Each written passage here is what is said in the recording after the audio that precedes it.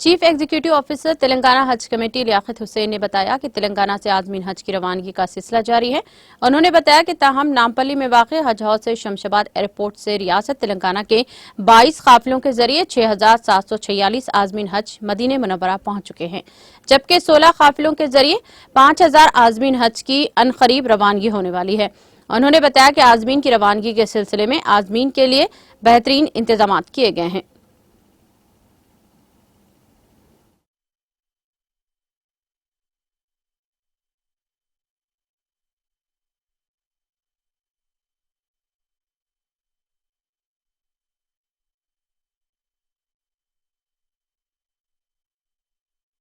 अस्सलाम वालेकुम रहमतुल्लाहि व बरकातहू।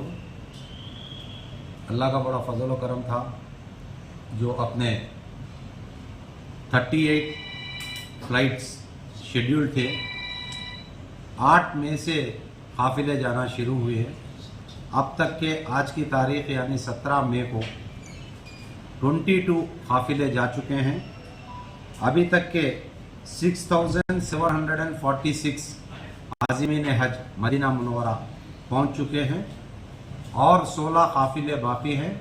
ये 25 मई तक इंशाल्लाह ये काफिलों का रवानगी का सिलसिला जारी रहेगा। अभी टोटल अपने तेलंगाना से जाने वाले हैं 11,464, जिसमें 6,746 पहुंच चुके हैं। बकाया के जो है अभी जो जाने वाले फ्लाइट्स है उसमें रवाना हो। इसमें तेलंगाना के अलावा इसमें देखिए पूरे तेलंगाना से हटके 16 स्टेट्स है। ये पहली मर्तबा है। सेंट्रल हज कमेटी ने ओपन ऑप्शन दिया था, उसकी वजह से हाजी हिंदुस्तान के कोई से भी एम्बार्गेशन पॉइंट को सिलेक्ट कर सकता था।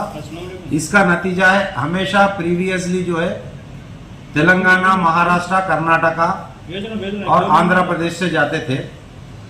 इस मर्तबा आपको तेलंगाना, आंध्र प्रदेश